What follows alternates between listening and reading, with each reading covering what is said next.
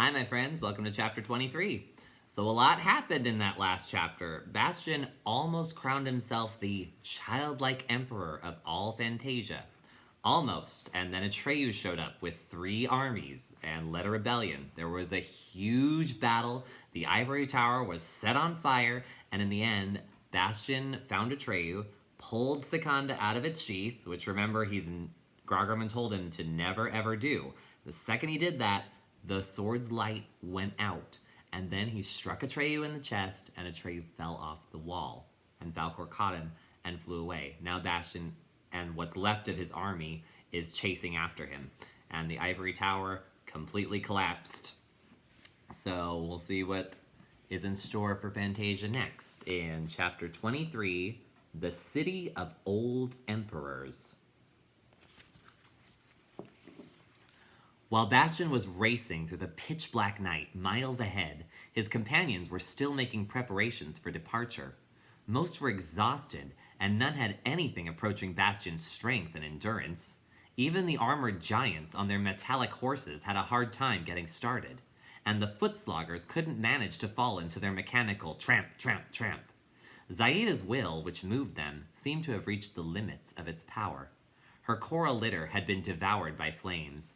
A new conveyance had been built out of shattered weapons and charred planks from the ivory tower, but it looked more like a gypsy wagon than a litter. The rest of the army hobbled and shuffled along as best they could. Even Hicorian, Hisbald, and Hydorn, who had lost their horses, had to hold one another up. No one spoke, but they all knew they would never be able to overtake Bastian. On he galloped through the darkness, his black mantle flapping wildly in the wind. The metallic limbs of his giant horse creaking and grinding at every movement as the great hooves pounded the earth. "Gee up!" cried Bastian. "Gee up! Gee up!" The horse wasn't running fast enough for him. He was determined to overtake Atreyu and Falkor at all costs, even if it meant riding this metallic monster to its death. He wanted vengeance. He would have attained the goal of all his wishes if Atreyu hadn't interfered. Bastian had not become Emperor of Fantasia, and for that he would make Atreyu repent.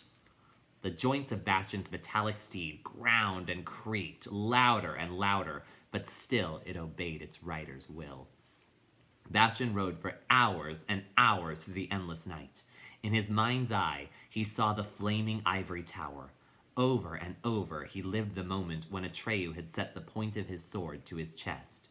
And then for the first time he asked himself why Atreyu had hesitated. Why, after all that had happened, couldn't he bring himself to strike Bastian and take Arin by force? And suddenly, Bastian thought of the wounds he had inflicted on Atreyu, and the look in Atreyu's eyes as he staggered and fell. Bastian put Seconda, which up until then he had been clutching in his fist, back into its rusty sheath. In the first light of dawn, he saw he was on a heath. Dark clumps of juniper suggested motionless groups of gigantic hooded monks or magicians with pointed hats. And then, suddenly, in the midst of a frantic gallop, Bastian's metal steed burst into pieces. Bastian lay stunned by the violence of his fall. When he finally picked himself up and rubbed his bruised limbs, he found himself in the middle of a juniper bush. He crawled out into the open. The fragments of the horse lay scattered all about, as though an equestrian monument had exploded. Bastian stood up, threw his black mantle over his shoulders, and with no idea where he was going, started walking in the direction of the rising sun. But a glittering object was left behind in the juniper bush. The belt Gemmal. Bastian was unaware of his loss, and never thought of the belt again. Ilwan had saved it from the flames for nothing. A few days later, Gemmal was found by a blackbird, who had no suspicion of what this glittering object might be. She carried it to her nest. But that's the beginning of another story, and shall be told another time. At midday, Bastian came to a high earthen wall that cut across the heath. He climbed to the top of it. Behind it, in a crater-like hollow, lay a city. At least, the quantity of buildings made Bastian think of a city, but it was certainly the weirdest one he had ever seen. The buildings seemed to be jumbled every which way without rhyme or reason, as though they had been emptied at random out of a giant sack. There were neither streets nor squares, nor was there any recognizable order. And the buildings themselves were crazy. They had front doors in their roofs, stairways which were quite inaccessible and ended in the middle of nowhere. Towers slanted, balconies dangled vertically. There were doors where one would have expected windows, and floors in the place of walls. Bridges stopped halfway, as though the builders had suddenly forgotten what they were doing. There were towers bent like bananas, and pyramids standing on their tips.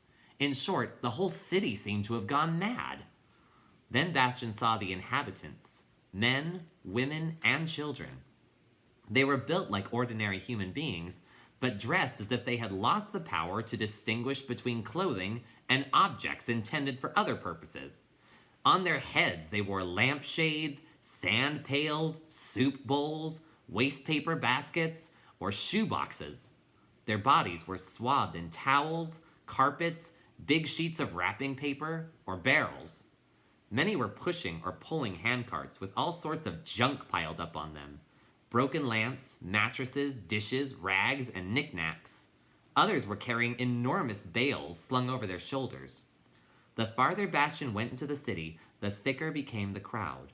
But none of the people seemed to know where they were going. Several times Bastian saw someone dragging a heavily laden cart in one direction, and after a short time, doubling back, and a few minutes later changing direction again. Everybody was feverishly active. Bastian decided to speak to one of these people. "What's the name of this place?" The person let go his cart, straightened up, and scratched his head for a while, as though thinking it over. Then he went away, abandoning his cart, which he seemed to have forgotten. But a few minutes later, a woman took hold of the cart and started off with it. Bastian asked her if the junk was hers. The woman stood for a while, deep in thought. Then she too went away. Bastian tried a few more times, but received no answer. Suddenly, he heard someone giggling. "No point in asking them," said the giggler. "They can't tell you anything. One might, in a matter of speaking, call them the know-nothings." Bastian turned toward the voice and saw a little gray monkey sitting on a window ledge, or rather what would have been a window ledge if the window hadn't been upside down. The animal was wearing a mortarboard with a dangling tassel and seemed to be busy counting something on his fingers and toes. When he had finished, he grinned and said, "Sorry to keep you waiting, sir, but there was something I had to figure out." "Who are you?" Bastian asked. "My name is Argax," said the little monkey, lifting his mortarboard. "Pleased to meet you. And with whom have I the pleasure?" "My name is Bastian Balthazar Bucks." "Just as I thought," said the monkey, visibly pleased. "And what is the name of this city?" Bastian inquired. "It hasn't actually got a name," said Argax, "but one might, in a manner of speaking, call it the City of the Old Emperors." "Old Emperors?" Bastian repeated with consternation. "Why, I don't see anybody who looks like an old emperor." "You don't?" said the monkey with a giggle. "Well, believe it or not, all the people you've seen were emperors of Fantasia in their time. Or wanted to be." Bastian was aghast. "How do you know that, Argax?" The monkey lifted his mortarboard and grinned. "I, in a manner of speaking, am the superintendent here." Bastian looked around. Not far away, an old man had dug a pit. He put a lighted candle into it, then shoveled earth over the candle. The monkey giggled. "Won't you say to a little tour of the town, sir? To get acquainted, in a manner of speaking, with your future residents." "No," said Bastian. "What are you talking about?"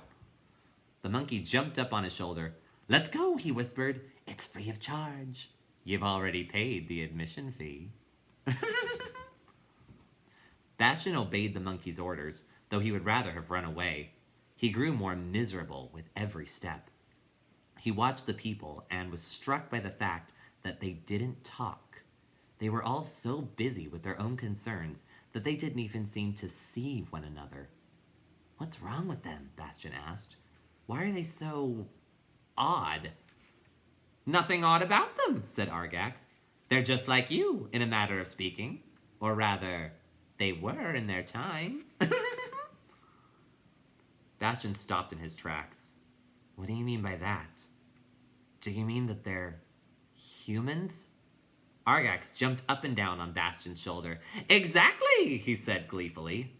Bastian saw a woman in the middle of the street trying to spear peas with a darning needle. How did they get here? What are they doing? Oh, there have always been humans who couldn't find their way back to their world, Argax explained. First they didn't want to, and now, in a manner of speaking, they can't. Bastian looked at a little girl who was struggling to push a doll's carriage with square wheels. Why can't they? He asked. They'd have to wish it, and they've stopped wishing. They used up their last wish for something else. Their last wish, said Bastian, going deathly pale. Can't a person go on wishing as long as he pleases? Argax giggled again. Then he tried to take off Bastian's turban and pick lice out of his hair. Stop that, Bastian cried. He tried to shake the little monkey off, but Argax held on tight and squealed with pleasure. No, no, he chattered. You can only wish as long as you remember your world. These people here used up all their memories. Without a past, you can't have a future. That's why they don't get older. Just look at them. Would you believe that some of them have been here 1,000 years and more? But they stay just as they are. Nothing can change for them, because they themselves can't change anymore. Bastian watched a man who had lathered a mirror and was starting to shave it. Once that might have struck him as funny. Now it made him break out in goose flesh. He hurried on and soon realized that he was going deeper into the city. He wanted to turn back, but something drew him onward like a magnet. He began to run and tried to get rid of the bothersome gray monkey. But Argax clung fast and even spurred him on. Faster! Faster! Bastian stopped running. He realized that he couldn't escape. You mean, he asked, gasping for breath, that all these people here were once emperors of Fantasia, or wanted to be? That's it, said Argax. All the ones who can't find their way back try sooner or later to become emperor. They didn't all make it, but they all tried. That's why there are two kinds of fools here, though the result, in a manner of speaking, is always the same. What two kinds? Tell me, Argax, I have to know. Easy does it, said the monkey, giggling as he tightened his grip on Bastian's neck. The one kind gradually uses up their memories, and when they had lost the last one, Arin couldn't fulfill their wishes anymore. After that, they came here, in a manner of speaking, automatically. The others, the ones who crowned themselves emperor, lost all their memories at one stroke. So the same thing happened. Arin couldn't fulfill their wishes anymore because they had none left. As you see, it comes to the same thing. Here they are, and they can't get away. Do you mean that they all had Arin at one time? Naturally, said Argax. But they forgot it long ago, and it wouldn't help them anymore, the poor fools. Was it, Bastian hesitated, was it taken away from them? No, said Argax. When someone crowns himself emperor, it simply vanishes. Obviously, because how, in a manner of speaking, can you use Moonchild's power to take her power away from her? Bastian felt wretched. He would have liked to sit down somewhere, but the little gray monkey wouldn't let him. No, no, our tour isn't done yet. The best is yet to come. Keep moving. Bastian saw a boy with a heavy hammer trying to drive nails into a pair of socks. A fat man was trying to paste postage stamps on soap bubbles. They kept bursting, but he went on blowing new ones. Look! Bastian heard the giggling voice of Argax and felt his head being twisted by the monkey's little hands. Look over there! It's so amazing! Bastian saw a large group of people, men and women, young and old, all in the strangest clothes. They didn't speak. Each one was alone with himself.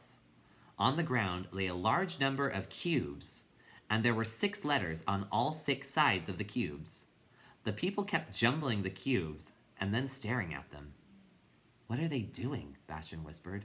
What sort of game is that? It's called the Jumble Game, answered Argax. He motioned to the players and cried out, Good work, children! Keep at it! Don't give up! Then, turning back to Bastian, he whispered in his ear, They can't talk anymore. They've lost the power of speech, so I thought up this game for them. As you see, it keeps them busy. It's very simple. If you stop to think about it, you'll have to admit that all the stories in the world consist essentially of 26 letters. The letters are always the same, only the arrangement varies.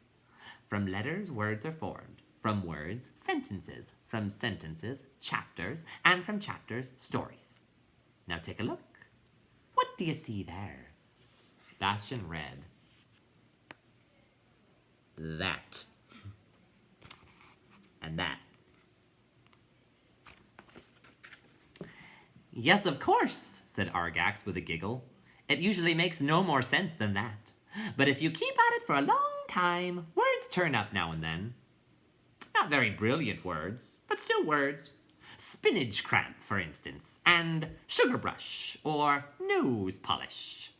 And if you play for 100 years, or 1,000, or 100,000, the law of chances tells us that a poem will probably come out. And if you play it forever, every possible poem and every possible story will have to come out. In fact, every story about a story, and even this story about the two of us chatting here, it's only logical, don't you think? It's horrible, said Bastian. I wouldn't say that, said Argax. It depends on your point of view. It keeps these people, in a manner of speaking, busy. And anyway, what else can we do with them in Fantasia? For a long time, Bastian watched the players in silence. Then he asked under his breath, Argax, you know who I am, don't you? Of course. Of course I do. Is there anyone in Fantasia who doesn't? Tell me one thing, Argax. If I had become emperor yesterday, would I already be here now? Today or tomorrow, said the monkey. Or next week. One way or another, you'd have ended up here. Then Atreyu saved me. You've got me there, the monkey admitted. But if he had succeeded in taking the gem away from me, what would have happened then? The monkey giggled again. You'd have ended up here, in a manner of speaking, all the same. Why? Because you need Arin to find the way back. But frankly, I don't believe you'll make it. The monkey clapped his little hands, lifted his mortarboard, and grinned. Tell me, Argax, what must I do? Find a wish that will take you back to your world. After a long silence, Bastian asked, Argax, can you tell me how many wishes I have left? Not very many. In my opinion, 3 or 4 at the most. And that will hardly be enough. You're beginning rather late, and the way back isn't easy. You'll have to cross the Sea of Mist. That alone will cost you a wish. What comes next, I don't know. No one in Fantasia knows what road you people must take to get back to your world. Maybe you'll find Yorsman Raud. That's the last hope for people like you. But I'm afraid that for you, it's, in a manner of speaking, too far. Be that as it may, you will, just this once, find your way out of the city of old emperors. Thanks, Argax, said Bastian. The little gray monkey grinned. Goodbye, Bastian Balthazar Bucks.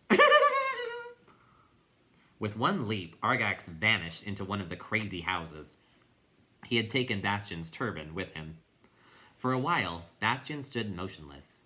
He was so stunned by what he had just heard that he couldn't decide what to do. All his plans had collapsed at one stroke. His thoughts seemed to have been stood on end, like the pyramid he had seen.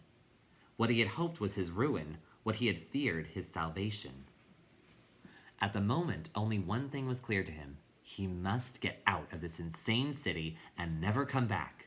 He started through the jumble of crazy buildings. He soon discovered that it was much harder to get out than to get in. Time and time again, he lost his way and found himself back in the center of the city. It took him all afternoon to reach the earthworks. Then he ran out into the heath and kept going until black night, as black as the night before, forced him to stop. Exhausted, he collapsed under a juniper tree and fell into a deep sleep. And while he slept, the memory that he could once make up stories left him. All night he had the same unchanging vision before his eyes. Atreyu, with the gaping wound in his chest, stood there looking at him in silence.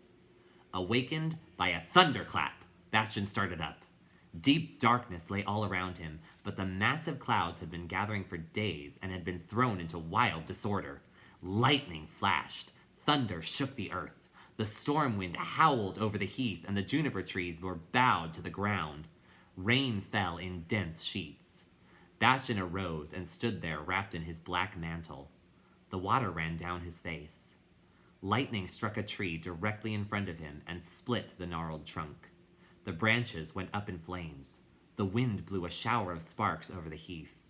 In a moment, they were doused by the rain. The crash had thrown Bastian to his knees. He dug into the earth with both hands. When the hole was big enough, he unslung the sword Secunda and put it in. "Secunda," he said, "I am taking leave of you forever. Never again shall anyone draw you against a friend. No one shall find you here until what you and I have done is forgotten." He filled the hole and covered it with moss and branches, lest anyone should discover it.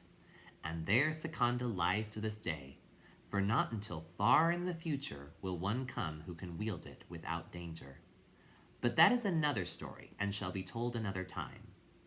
Bastian went his way through the darkness. Toward the morning, the storm abated, the wind died down, and there was no other sound than the rain dripping from the trees. That night was the beginning of a long, lonely journey for Bastian. He no longer wished to return to his traveling companions or Zaida. Now he wanted to find the way back to the human world, but he didn't know how or where to look for it. Was there somewhere a gate, a bridge, a mountain pass that would take him back? He had to wish for it, that he knew, but he had no power over his wishes. He felt like a diver who is searching the bottom of the sea for a sunken ship, but keeps getting driven to the surface before he can find anything. He also knew that he had few wishes left, so he was careful not to use Arin. He was determined to sacrifice his last few remaining memories only if he felt sure that this would help him get back to his world. But wishes cannot be summoned or kept away at will.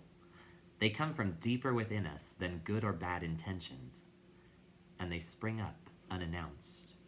And so, before he knew it, a new wish arose within him, and little by little took form. For days and nights he had been wandering all alone, and because of being alone, he yearned to belong to some sort of community, or be taken into a group, not as a master or victor, or as any special sort of person, but merely as one among many. Perhaps as the smallest or least important, provided his membership in the community was unquestioned.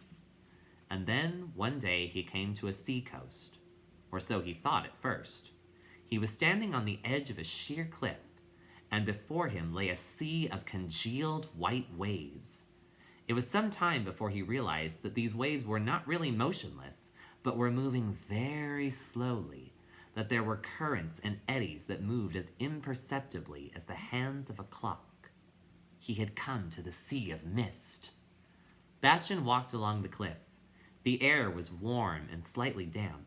There was not the slightest breeze. It was early morning, and the sun shone on the snow-white surface of the fog, which extended to the horizon. He walked for several hours. Toward noon, he espied a small town some distance from the shore.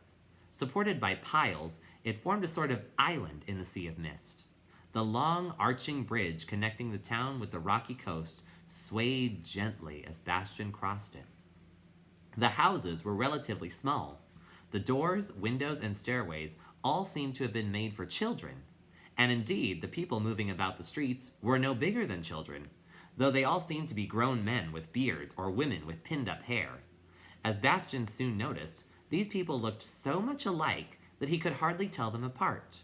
Their faces were dark brown like moist earth, and they looked calm and gentle. When they saw Bastian, they nodded to him, but none spoke. Altogether, they seemed a silent lot. The place was humming with activity, yet he seldom heard a cry or a spoken word, and never did he see any of these people alone.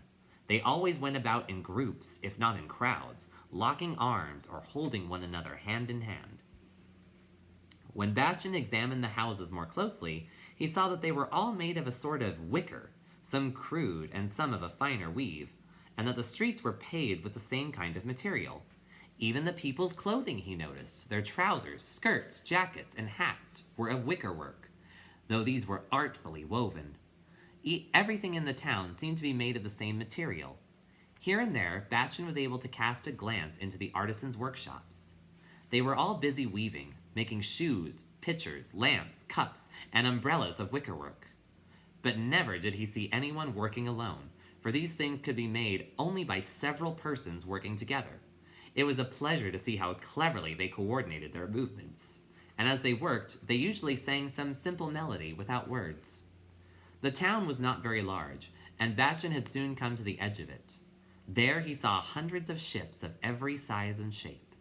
The town was a seaport, but of a most unusual kind, for all these ships were hanging from gigantic fishing poles and hovered, swaying gently over a chasm full of swirling white mist.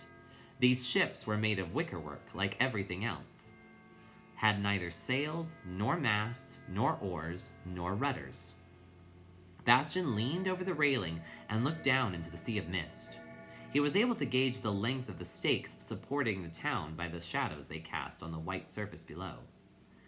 "At night," he heard a voice beside him say, "the mists rise to the level of the town. Then we can put out to sea. In the daytime, the sun reduces the mist and the level falls." "That's what you wanted to know, isn't it, stranger?" 3 men were leaning against the railing beside Bastian. They seemed gentle and friendly. They got to talking, and in the course of his conversation with them, Bastian learned that the town was called Iskal, or Basketville.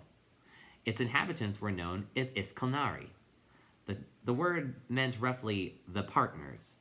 The 3 were mist sailors. Not wishing to give his name for fear of being recognized, Bastian introduced himself as someone. The three sailors told him the Iskalnari had no names for individuals and didn't find it necessary. They were all Iskalnari, and that was enough for them. Since it was lunchtime, they invited Bastian to join them, and he gratefully accepted. They went to a nearby inn, and during the meal, Bastian learned all about Basketville and its inhabitants. The Sea of Mist, which they called the Skyden, was an enormous ocean of white vapor, which divided the 2 parts of Fantasia from each other. No one had ever found out how deep the Skyden was, or where all this mist came from. It was quite possible to breathe below the surface of the mist, and to walk some distance on the bottom of the sea near the coast, where the mist was relatively shallow, but only if one was tied to a rope and could be pulled back, for the mist had one strange property: it fuddled one's sense of direction. Any number of fools and daredevils had died in the attempt to cross the Skyden alone and on foot. Only a few had been rescued. The only way to reach the other side was in the ships of the Iskalnari. The wickerwork from which the houses, implements, clothing, and ships of Iskal were made was woven from a variety of rushes that grew under the surface of the sea not far from the shore. These rushes, as can easily be gathered from the foregoing, could be cut only at the risk of one's life. Though unusually pliable and even limp in ordinary air, they stood upright in the sea, because they were lighter than the mist. That was what made the wickerwork ships mist-worthy, and if any of the Iskalnari chanced to fall into the mist, his regular clothing served the purpose of a life jacket. But the strangest thing about the Iskalnari, so it struck Bastian, was that the word "I" seemed to be unknown to them.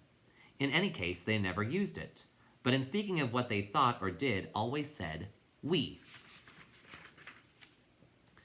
When he gathered from the conversation that the 3 sailors would be putting out to sea that night, he asked if he could ship with them as a cabin boy. They informed him that a voyage on the Skyden was very different from any other ocean voyage, because no one knew how long it would take or exactly where it would end up. When Bastian said that didn't worry him, they agreed to take him on. At nightfall, the mists began to rise, and by midnight they had reached the level of Basketville. The ships that had been dangling in midair were now floating on the white surface. The moorings of the one on which Bastian found himself, a flat barge about 100 feet long, were cast off, and it drifted slowly out into the sea of mist. The moment he laid his eyes on it, Bastian wondered what propelled this sort of ship, since it had neither sails, nor oars, nor propeller. He soon found out that sails would have been useless, for there was seldom any wind on the Skyden, and that oars and propellers did not function in mist. These ships were moved by an entirely different sort of power. In the middle of the deck, there was a round, slightly raised platform. Bastian had noticed it from the start, and taken it for a sort of captain's bridge. Indeed, it was occupied throughout the voyage by 2 or more sailors. The entire crew numbered 14.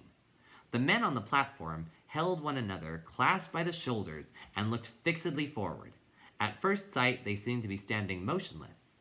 Actually, they were swaying very slowly, in perfect unison, in a sort of dance, which they accompanied by chanting, over and over again, a simple and strangely beautiful tune. At first, Bastian regarded this song and dance as some sort of ceremony, the meaning of which escaped him. Then, on the 3rd day of the voyage, he asked one of his 3 friends about it. Evidently surprised at Bastian's ignorance, the sailor explained that those men were propelling the ship by thought power. More puzzled than ever, Bastian asked if some sort of hidden wheels were set in motion. "No," one of the sailors replied. "When you want to move your legs, you have only to think about it. You don't need wheels, do you?" The only difference between a person's body and a ship was that to move a ship, at least 2 Iskelnari had to merge their thought powers into one. It was this fusion of thought powers that propelled the ship. If greater speed was desired, more men had to join in. Normally, thinkers worked in shifts of 3. The others rested, for easy and pleasant as it looked, thought propulsion was hard work, demanding intense and unbroken concentration. But there was no other way of sailing the Skyden. Bastian became the student of the Mist Navigators and learned the secret of their cooperation, dance and song without words. Little by little, in the course of the long voyage, he became one of them. During the dance, he felt his thought power merging with those of his companions to form a whole, and this gave him a strange and indescribable sense of harmony and self-forgetfulness. He felt accepted by a community, at one with his companions, and at the same time, he totally forgot that the inhabitants of the world from which he came, and to which he was seeking the way back, were human beings, each with his own thoughts and opinions. Dimly, he remembered his home and parents, but nothing more. His wish to be no longer alone had come true, but now, deep in his heart, a new wish arose and began to make itself felt. One day, it struck him that the Iskelnari lived together so harmoniously, not because they blended different ways of thinking, but because they were so much alike that it cost them no effort to form a community. Indeed, they were incapable of quarreling or even disagreeing, because they did not regard themselves as individuals. Thus, there were no conflicts or differences to overcome, and it was just this sameness, this absence of stress, that gradually came to pall on Bastian. Their gentleness bored him, and the unchanging melody of their songs got on his nerves. He felt that something was lacking, something he hungered for, but he could not yet have said what it was. This became clear to him some time later, when a giant mist crow was sighted. Stricken with terror, the sailors vanished below deck as fast as they could.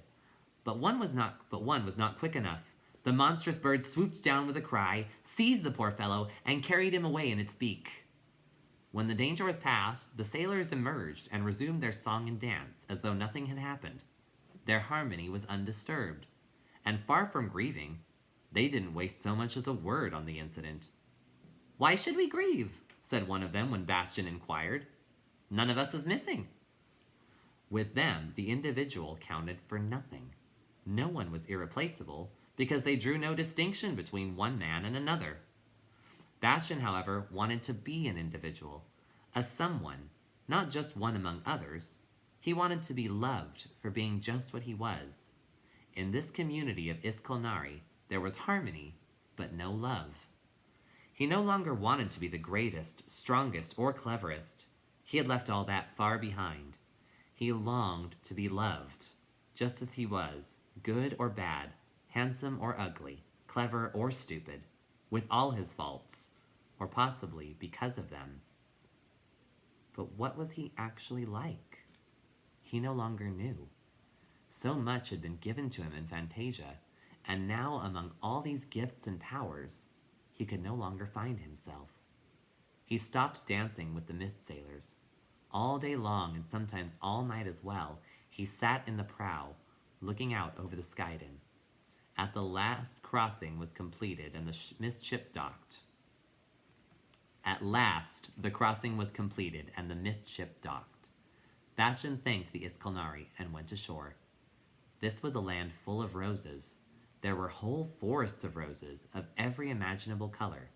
A winding path led through the endless rose garden, and Bastian followed it. So Bastian's back to following his wishes. We'll see where the rose garden leads him in chapter 24. See you guys next time.